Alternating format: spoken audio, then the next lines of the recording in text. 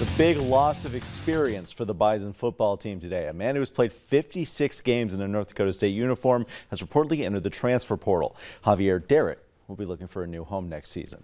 Derritt is coming off of a career year on the defensive line for North Dakota State. He set a new career high in tackles this year, finishing with 31, including 2.5 sacks.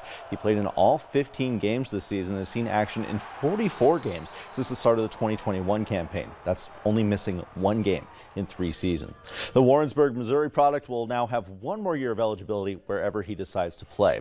Javi's the 5th Bison football player we've seen hit the portal since the season came to an end, and has seen the most action in a Bison uniform out of these players. 3 of those portal entrants have come from the defensive side of the ball, including Derritt and defensive backs Gennaro Okama and Reggie King.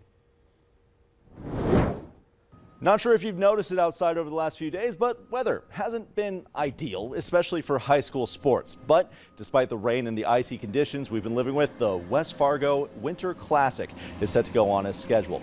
12 high school teams will be in action in West Fargo over the next couple of days, including 7 games on this outdoor rink at the Lights. Crews have been hard at work to make sure all at the ice is ready, including spending hours scraping off inches of ice and snow to get down to the good ice that they'll be able to Zamboni and paint for these upcoming games. Now, while these conditions may not be ideal, there was never any doubt that this hockey showcase would go on.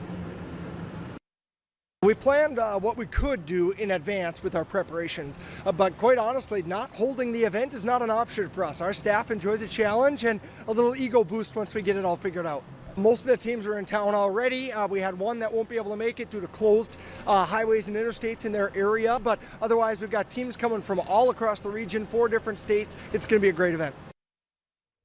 Williston was that team that won't make it down there. This is the list of the schools that are competing in this Winter Classic. These teams are set to be playing on Wednesday and Thursday. Stay tuned. We're going to have highlights from those coming up over the next couple of days. There's still some question marks for the Minnesota Vikings in one of the most important positions on the field. It's been reported that the Vikings, who have lost 4 of their last 5 games, are going back to the drawing board again for their starting quarterback. Nick Mullins had started each of the last 2 games, both of those losses, and he threw 4 interceptions against Detroit on Sunday. Now head coach Kevin O'Connell says the team is going to be weighing their options between Mullins, starter for 5 games Josh Dobbs, or rookie Jaron Hall. We're really having a discussion and really taking a look at the evidence of what we think leads to the best decision that we can make for this week. And all 3 of those guys, are worthy, of being involved in that discussion.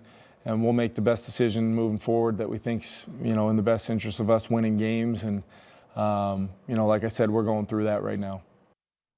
Now it's on to Sunday Night Football as the Vikings host their rivals, the Green Bay Packers. Minnesota needs to win out and get some help from Seattle and the LA Rams to secure a playoff spot. Right now it's Seattle, LA, and the Vikings all fighting for that 7th and final spot with just 2 games left. So whoever plays quarterback can't throw to T.J. Hawkinson anymore. Correct. He's out. And whoever's starting a quarterback can't throw 4 picks in a single game. They have been dealing with some issues.